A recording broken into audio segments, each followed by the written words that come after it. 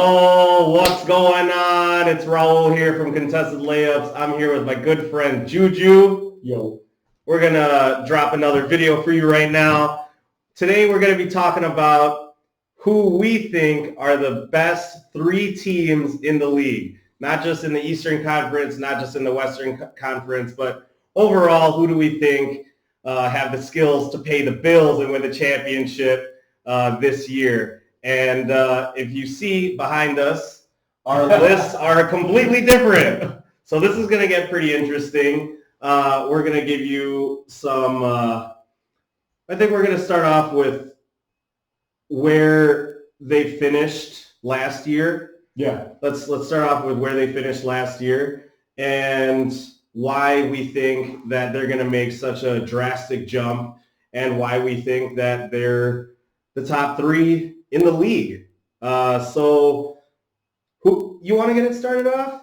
Yeah, I guess. All right, let's get it popping because Juju has a very interesting list. At number one, he thinks the best team in the league are going to be the Milwaukee Bucks.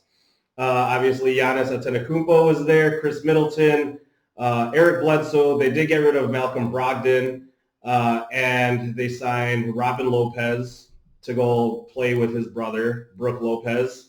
Last year, they did finish number one in the Eastern Conference with 60 wins. They had 60 wins and 22 losses, and they made it all the way to the conference finals, right? Yes. They made it to the conference finals. And go ahead, man. Talk about the Bucks a little bit. I don't think they actually went to the finals, conference finals. Because who was it? Toronto. And was it the Bucks? And the Bucks. Yeah. Okay. Obviously, you have the MVP returning for another season, more refined. There's some glimpse of him expanding his range, which is gonna, just keep defenses more honest. Mm-hmm. I think a biggest factor in selecting him at number one is his supporting cast is also returning. Mm-hmm. Middleton is your solid guy, solid 3D guy, and if Bledsoe can stay healthy, he could still, take away from the pressure, take away that defensive pressure from the MVP. And also, I still think even though there was a lot of movement on the in terms of transactions on the East, I still think they'll come out, especially with Kawhi going to the West. So I don't really see anything stopping them from reaching the finals. Okay. Do you really think, Giannis shot it at about a 25% clip from three last year I think he only took maybe 2 or 3 attempts a game. But, how much do you really think Giannis is going to be better at his three-point shooting?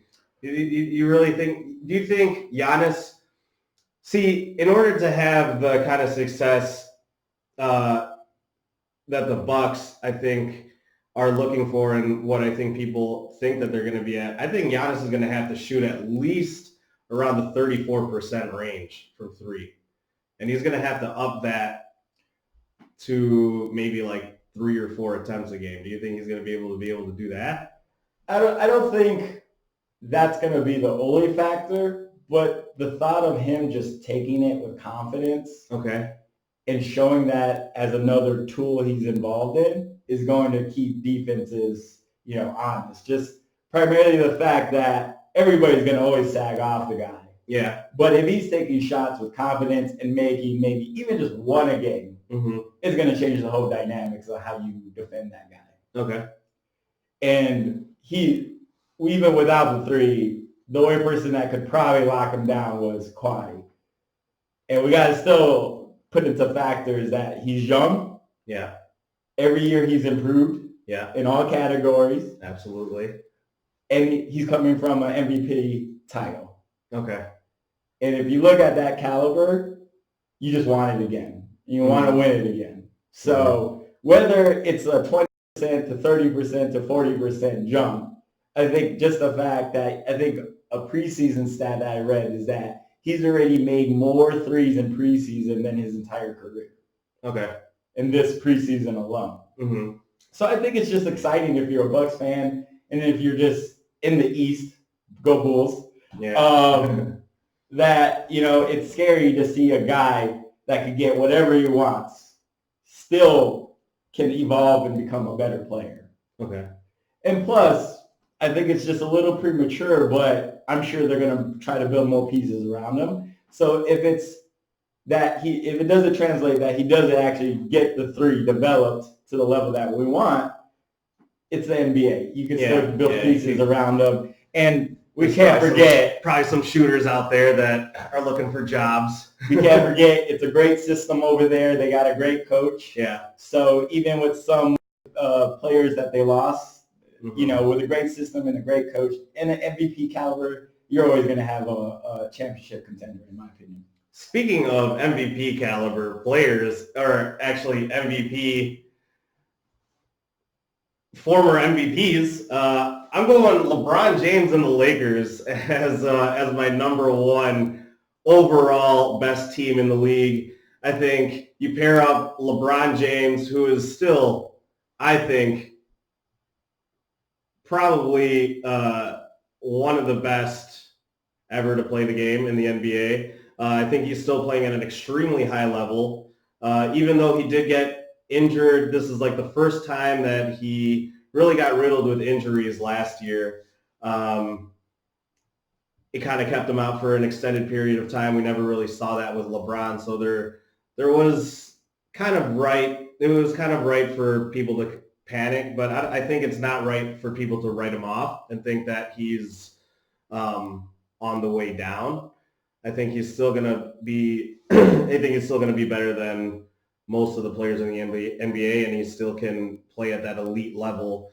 Then you pair him up with a guy like Anthony Davis, who I think when you talk about players who can grow and the sky's the limit as far as their ceiling goes, I think Anthony Davis absolutely fits that, maybe even more so than Giannis.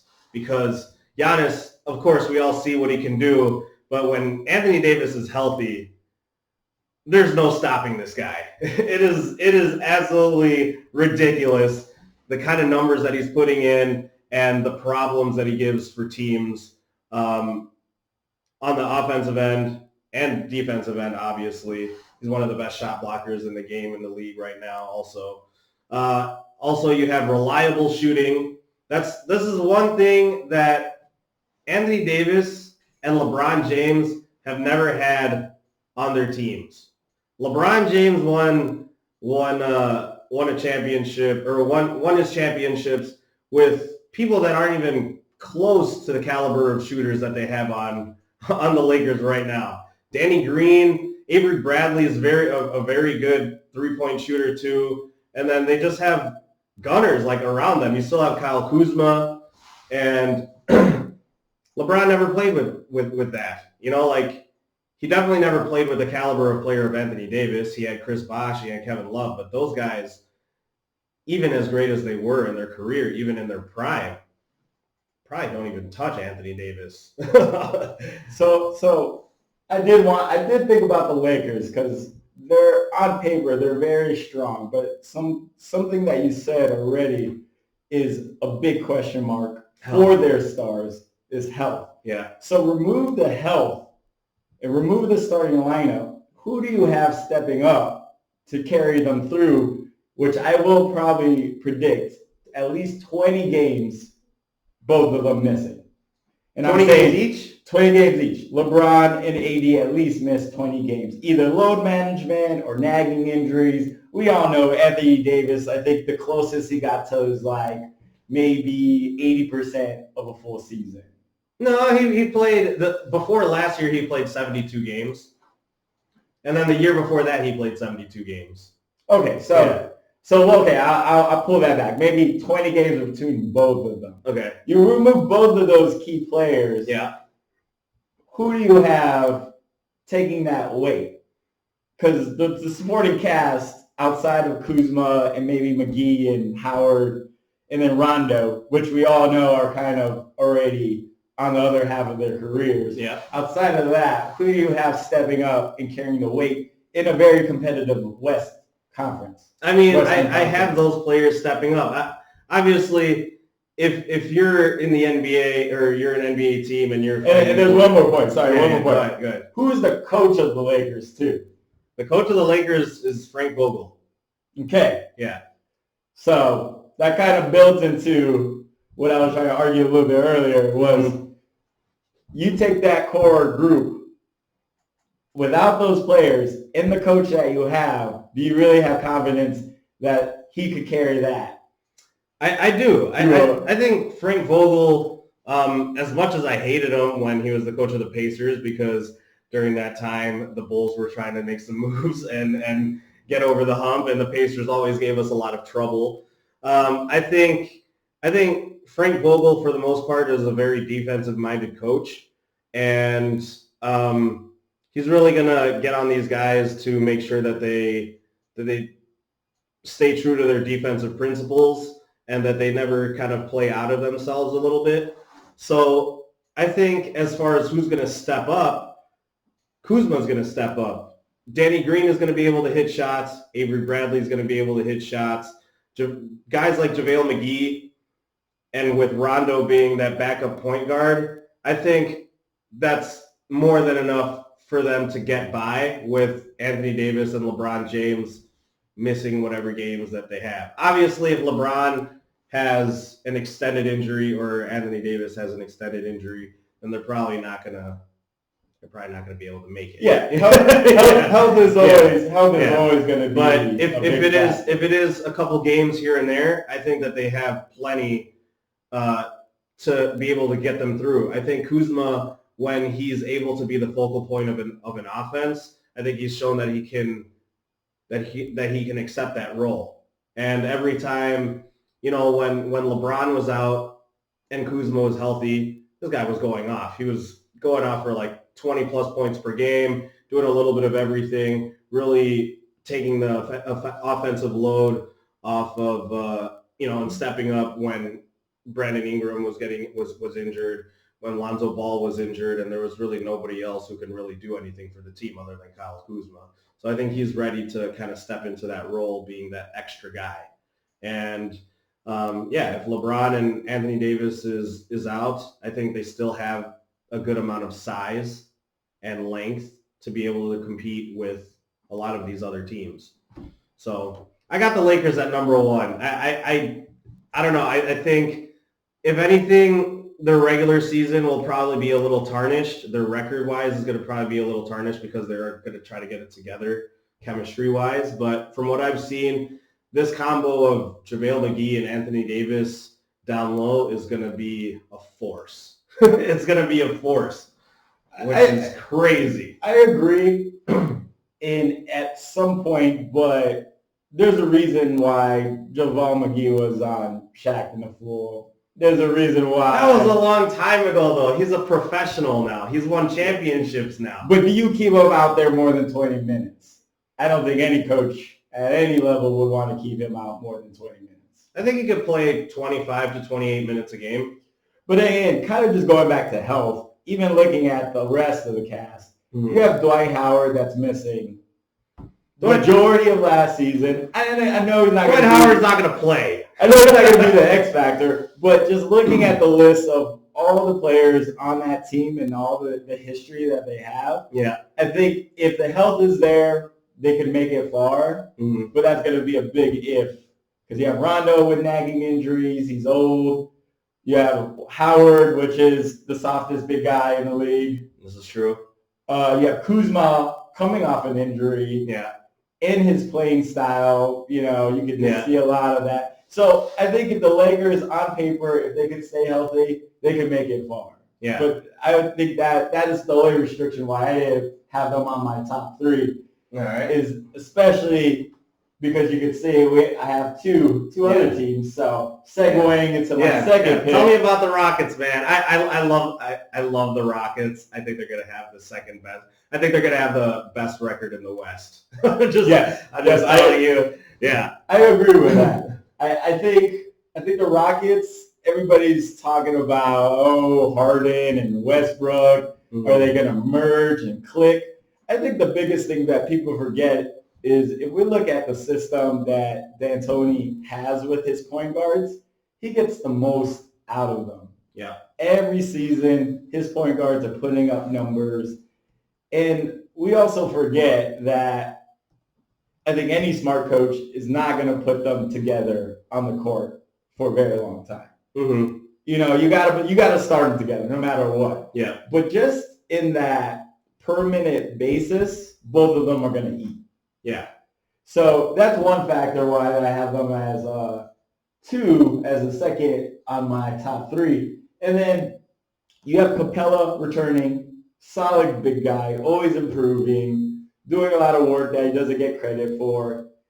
And you're having Eric Gordon, which is always a possible 6th man. Yep. Every year. So I think just that cast is going to keep defenses, give them trouble all the way around. And the West, with all these trades, is fairly open. Mm-hmm.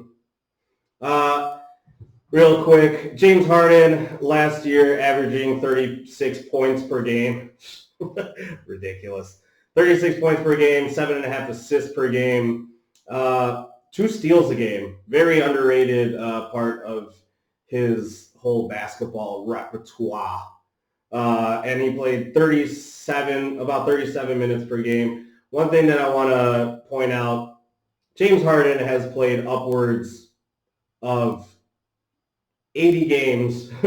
he pretty much played all the games in his last 5 seasons. So 2014, 2015, he played 81. 2015, 2016, 82. 2016, 2017, 81. 2017, 2018, 72, which is still fine. 2018, 2019, 78. Also, Russell Westbrook, pretty much the same story. These guys do not miss games.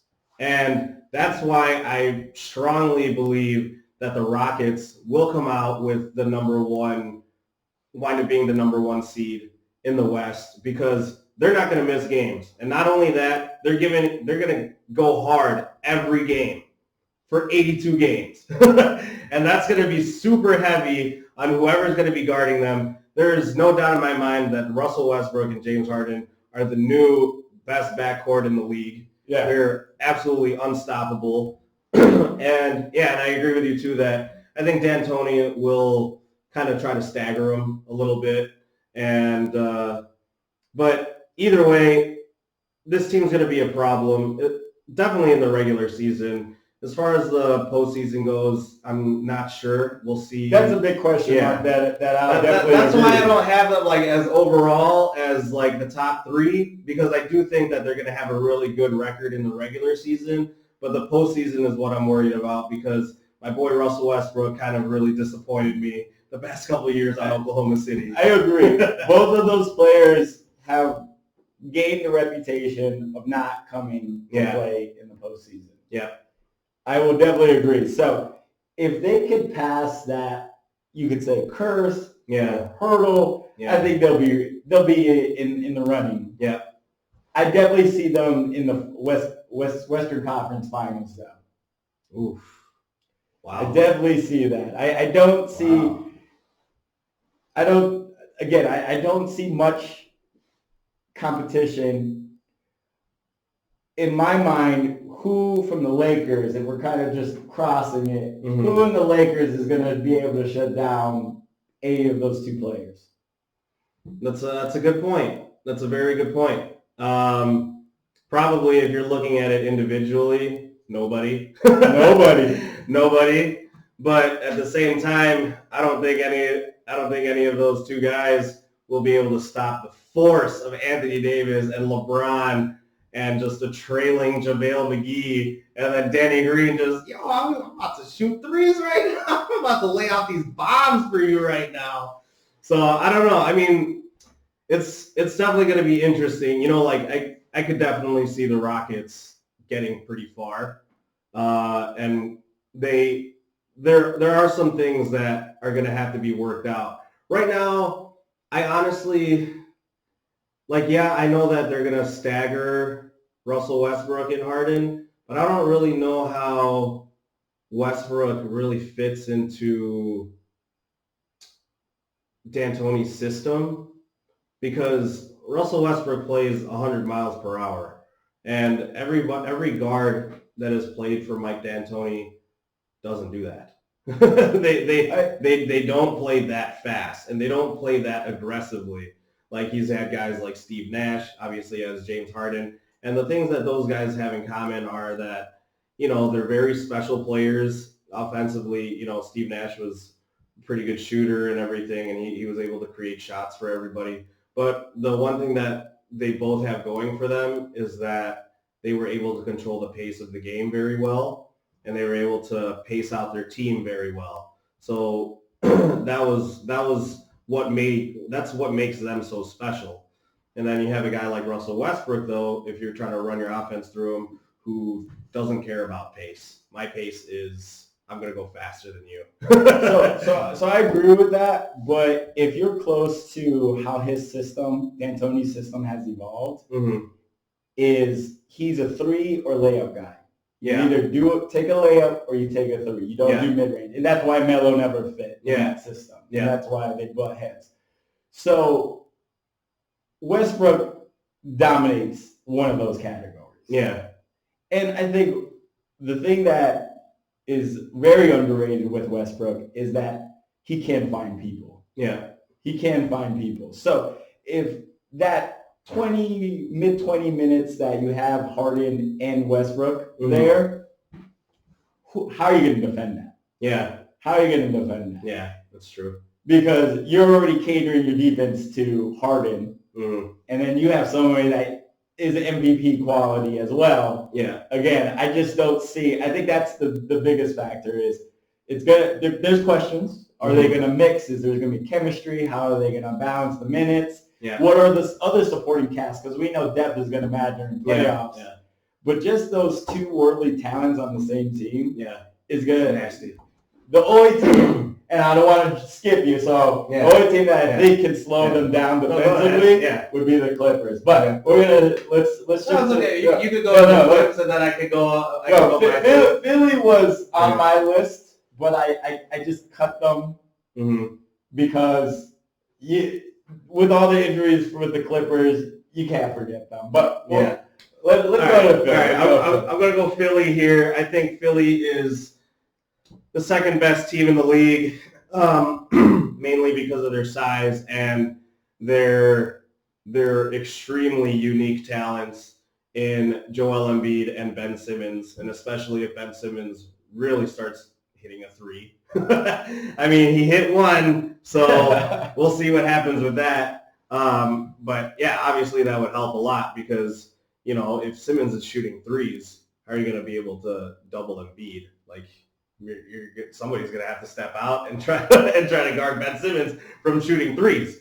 So also I think, and Eddie always brings this up whenever we're talking about Philly. Having Al Horford there really helps out that team a lot because you don't have to have Joel Embiid doing everything defensively anymore. He has another guy who could bang down low with some of these other big men, and he's also a pretty talented shot blocker, whereas Joel Embiid, he was pretty much the only guy doing that for 76 for Philly, and that kind of takes a lot of pressure off of Joel Embiid, and Joel Embiid can kind of play his game a lot more naturally. And the addition of Josh Richardson, I think that's an upgrade over JJ Redick, even though JJ Redick is a better shooter. JJ Redick is one of the best shooters in the league and probably ever. But the fact of Josh Richardson, you can run with these guys now. Like, you can run with these guys. You could push the pace a lot more, which is something that Ben Simmons is going to want to do. And then you'll have Josh Richardson just trailing him on the wing. And he can also take people off the ball. He's a pretty good shooter, and he just knows how to score the ball. And having Tobias Harris there, Tobias Harris is a pretty good player. He's not only a good 3-point shooter, but also he could hit you off the mid range. He could just do a lot of different things. They have a lot of versatile Swiss Army knife guys, And I think that's only going to be anchored by Joel Embiid and Ben Simmons. And I'm ready for Joel Embiid to take the next step. And I think he really took Kawhi hitting that shot out of him extremely personally. And I think that he's just the talent of Joel Embiid is so special that I think he's good enough to get you that far. Maybe if it was just him, then maybe not. But he does have guys like Ben Simmons and Al Horford and Tobias Harris and Josh Richardson. So there's a very good starting five supporting cast, and I think he's good enough to take him over the edge. Yeah. Yeah. I like I said, I had Philly on my top three. A couple things that bring up big questions is one, same question you had earlier is the jump shot really there? Yeah. So that's going to be a factor, especially when you lose such a good sharpshooter in J.J. Redick. Who's going to create that space? Yeah. Because Ben Simmons took, probably 80% of his shots 10 feet or closer. And then I do think they made the best moves overall as an organization and a team because they've added great depth to back up and replace some of the players they lost. Another factor, though, is Jimmy Butler didn't fit in that system. No, he didn't at all. Yeah. He didn't fit in that system at all. But who's your third man on that? With all that talent, how are you going to manage those touches, those shots? Because I don't think Jay Rich is going to fill in that Jay Butler load to carry some of that offensive weight. All right. So that's one question. I think defensively, systematically, they got so strong because of, like you said, the Swiss Army. But you just need another one of those guys that just could get buckets. Yeah. To complement the big two right now. Yeah. And I just don't. You don't think Josh Richardson and Tobias Harris are guys who could get you buckets? They can, but are they going to be your go-to every single night for your third option? All right. I could see why you're asking that question, but I don't know. I think Tobias Harris has been the third option, and he's even been the first and second options before in the respective teams that he was at. Obviously on the Magic, I'd say when he was on the Magic, I'd say he was probably like the second or third option. And then on the Clippers, the year that they wound up making the playoffs when he got traded, he was actually the first option on that team. So I don't think he has any problems stepping into that role as being that extra scorer that they need and that extra guy that is going to take pressure off Ben Simmons and Joel Embiid. And then you also have a guy like Josh Richardson who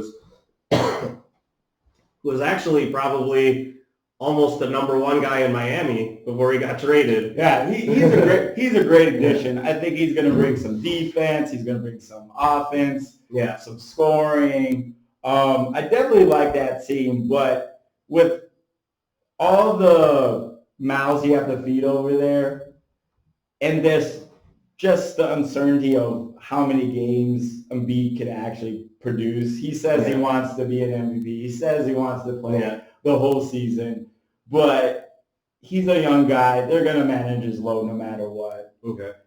And I just want to see how that season. I wouldn't be shocked if they made the Eastern Conference Finals. I wouldn't be shocked at all. Yeah. But it's just a team with great talent, but I'm not sure what their identity is going to be. Yeah. All right. Cool. All right, let's move on to the Clips. Man. The Clips. I don't know about this one. I feel like you're gonna have to sell me on this one. I'm not gonna lie, but I'll probably have to sell you on Utah. But I love that. Yeah, go ahead. I feel like I think we're in the same kind of vibe here. Is that they're the dark horses? I think. Yeah. In the Western Conference Finals. Yeah, definitely. You got high profile players, coming to LA. I think the biggest factor is going to be health as well, which is always going to be an indicator of the success of your season. But you have probably two of the strongest defensive wings on one team. Yes. With a defensive-minded coach, and they get buckets. Yeah. Paul George, he had a phenomenal season last year. And he did. A phenomenal season last year. Overshadowed always by Westbrook, in my opinion, and a little bit of health issues. But if Paul George has proven he could come out of injuries and be great. Yeah. And then Kawhi proved the same thing. Mm-hmm. His story of going to the Raptors and that 1 year rental paid off. Yeah. Yeah. They had a great supporting cast. I don't think they're going to have as such.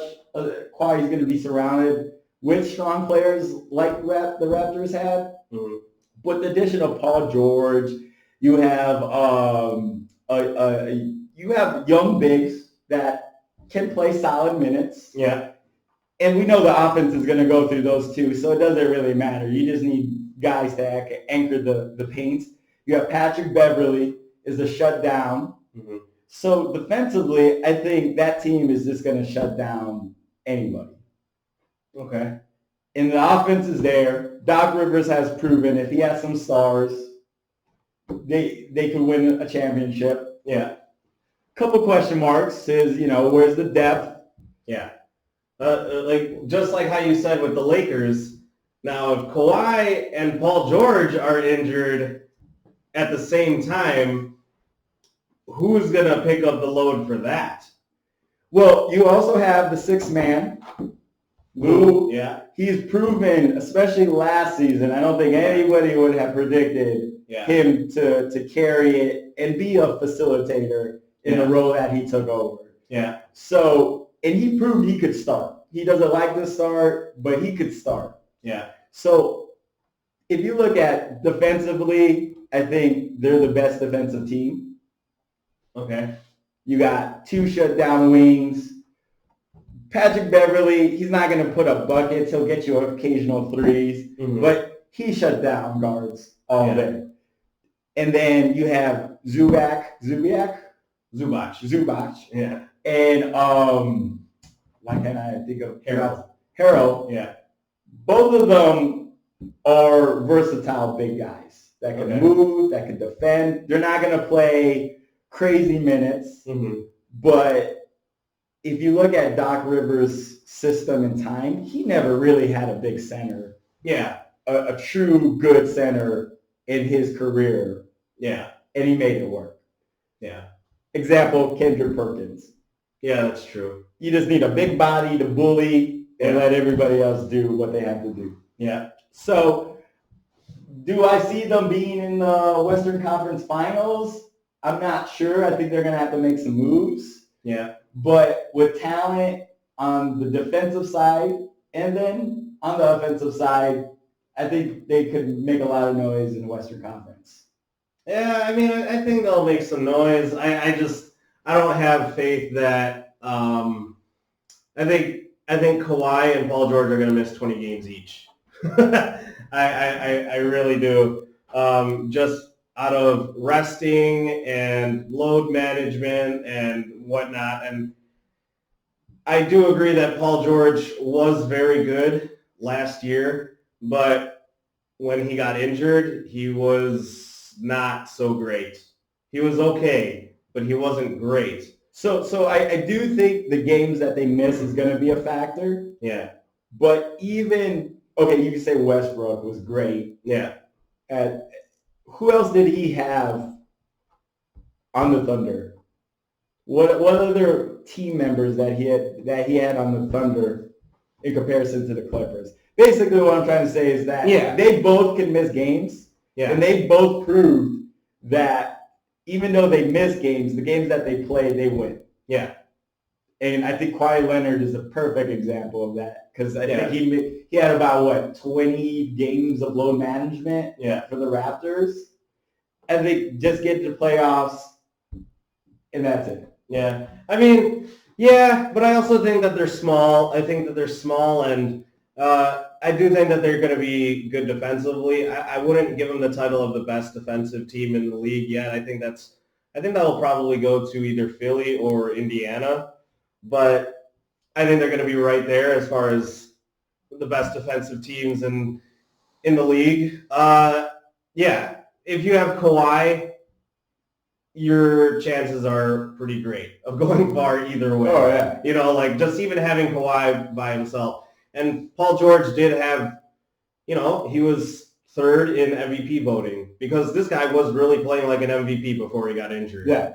And yeah, but I am a little worried about their size because I think if you're going to go up against some of these bigger teams in the West, you know, the Lakers, and then you have Denver, and you have even Utah with Gobert there. You know, like there's a lot of bigs nowadays. Like the best bigs, it's going to be hard for these guys. Like Harrell. Harrell's a good bruiser down low, but I think Zubac is going to get eaten alive. So I think that is definitely a factor. But like I said, Doc Rivers has always just wanted a big guy to just be in there and build around them. Yeah. He's always had a defensive guard. He always had a great wing. You're bringing in the best two-way players, I think, in the league. Yeah. On the same team. Yeah. So I'm excited for them. Until Paul George meets Dame Dollar, though. So if you had to they're not on the list. So if you had to put up a matchup between Clippers against the Blazers, who would you have and why? I would probably go a healthy Clippers versus a healthy Blazers, like with Nurkic there. Nurkic on one side. Well, I don't think he's coming back until he might not even. With no Nurkic, then yeah, I have the Clippers. But with Nurkic there, that makes a huge difference. It does. It makes a huge difference. So, but I don't think Nurkic is going to be healthy this year, so it's okay. But let's go to Utah, and then we'll wrap this up. I think Utah. I just love them. I love the moves that they made. I think it's very slick. I can see this being kind of like almost like a Spurs-ish kind of Spurs-ish kind of deal where they're just moving the ball really well. Joe Ingles can pass. Bogdan can pass. Mike Conley, Donovan Mitchell. So you have a bunch of guys who know how to make plays and that can create plays for other players. And I think the ball movement is just going to be great. I really like the fact of having Mike Conley there because I think Mike Conley, as long as he's healthy, he always, like, they're going to start off pretty well, I think. Mike Conley always starts off really hot, and he kind of just stays, like, at the same temperature throughout the whole season. And I really like what he's going to add because, you know, he's definitely an upgrade from Ricky Rubio. Ricky Rubio cannot shoot, gambles a lot on steals. Like, there was just a lot of flaws in Ricky Rubio's games. And I think Mike Conley is just better all around than Ricky Rubio. On top of that, having a veteran point guard with, you know, a similar skill set to Donovan Mitchell. Yeah. You know, their skill set's kind of the same. Obviously, Mitchell's a lot more athletic. Yeah. But, yeah, like Donovan Mitchell will be able to learn from Mike Conley so much. And I think his playmaking is just going to get better. I think his on-ball defense is going to get better. And he's just going to show him how to be more of a professional because I think Donovan Mitchell right now is kind of just like he's pretty good, but I think ultimately he's still a raw talent. And having Mike Conley is going to have him there having Mike Conley there is going to be able to sculpt him into a really solid NBA player. And he's going to show him how to use his strengths to his advantage and maximize what he can do on the court. Joe Ingles and Bogdanovich, they're almost the same player. Yeah, they're almost the same player, but I think having two Joe Ingles on the team is very nice for anybody. If there's any team in the league if you have two Joe Ingles on your team, you're in good shape because these guys just kind of make all the right plays. They're very good at shooting the three ball, so they can spread the floor really well, and they're really good at like just getting on the nerves of a lot of people. Like that's like that's something that isn't a stat that you could record down, but like just being that kind of player that just frustrates you when you come out every day and you play them. You know, whatever day, whatever game that you play them at, they're just going to frustrate you, whether it's on defense or like, man, like, wow, this guy is just killing us right now. You know, like, man, Joe Ingles just put up like 25 right now in one quarter. Like, what's going on? And Bogdan has that same effect. They can definitely do that. So with the way that they're spreading out the floor, that's just going to make it so much easier for Rudy Gobert to just eat all day inside.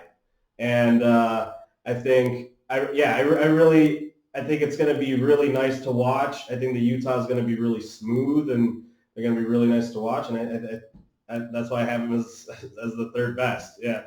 I do like Utah. I like the moves that they made. I felt like Mitchell was definitely holding the load. Yeah. He was expected, to be the offensive player on that team. And at a certain point, he was expected to run the team as a playmaker. Yeah. And I just don't think that's his strength. Yeah. So to bring in Mike Conley to take that playmaking load off of him, that responsibility is going to be great for him offensively. Yeah. And then as well as Gobert, because I think, if you've ever watched Mike Conley with the Grizzlies, that combo has always been, that was their backbone over there. Pick and rolls all day. My only question marks that I do have over there, and I do like Ingles coming off the bench being your playmaker. Yeah. You can stretch the floor, you can make the pass, make the plays. Yeah. But my question mark is, and I actually don't know this question, is who's on their bench? Who's their depth? That's a good question. Let's look it up. Because Mike Conley has not finished a full season, to my memory, since maybe his earlier career years.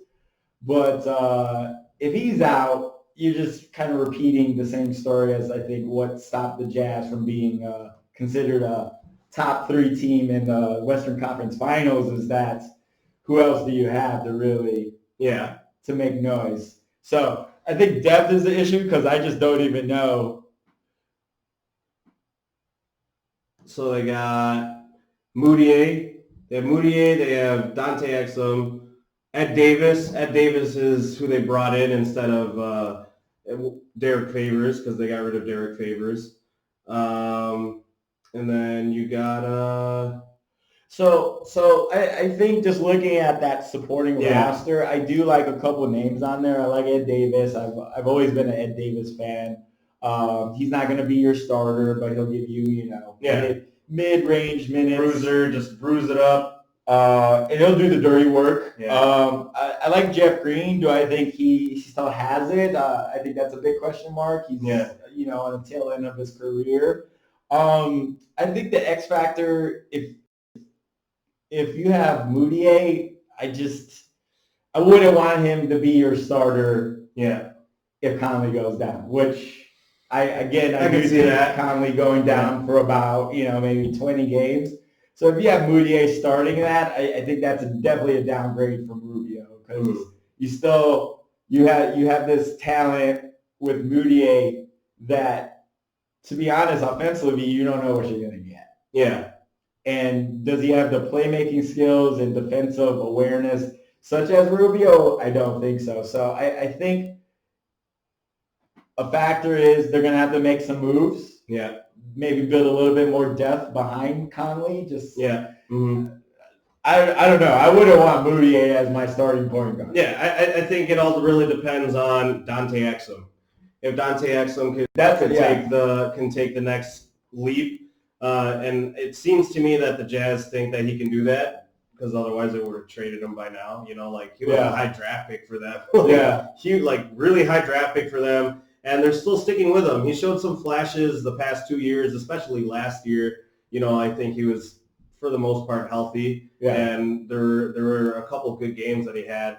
But yeah, it's Dante Exum's going to have a huge role, I think, and they're going to need him to step up. And if he can do that, then they can really do a lot of things in the West, I think. Yeah, I like the Jazz. I just think they have a couple holes in that team.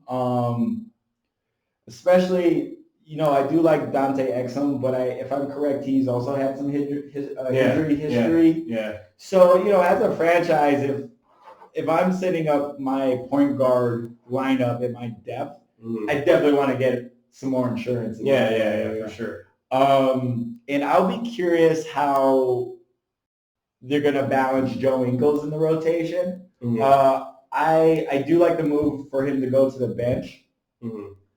But again, my question is, who else is around him on the bench, the second unit that's going to score buckets? If we're looking at that second unit, it's a little bit rough. You have Moutier, Exum, Ingles, Davis, and maybe Jeff Green at the 4 for their bench rotation. If you look at that group of guys, I always see Exum and maybe Jeff Green carrying the offensive load. So they have a good system over there. I think those are the biggest question marks, and that's why I didn't put them as my top 3. I do see them maybe as a 4th seed in the Western Conference Finals. I'm not sure where they were. They were what, the 5th last? I think they were 5th last year. Let's see here. They were 5th. Yeah. So I see them repeating the same, especially with the upgrade in talent. I just think, what moves are they going to do to fill in some of those holes that they have, and what insurance is in place? Because I don't want Moody as my starting point guard. Yeah, I feel you. I mean, we'll see what happens. I mean, the season is just about to get started, and there's still a lot that can go down. We could be completely wrong about all these guys. So I think we just have to revisit this once the season kicks off. And yeah, man. But I like your picks. Very interesting. Bucks, Rockets, and Clips for Juju. My top 3 are Lakers, Philly, and Utah. We'll see who's right. And come back again. Thanks for listening. And I actually want to add, what's your top 3? Go ahead and comment who you think are the top 3 in our comments below. Don't forget to like and subscribe. And you can find us by searching Contested Layups episodes, and we'll have a bunch of interesting stuff for you, little tidbits. All right. See ya. Peace.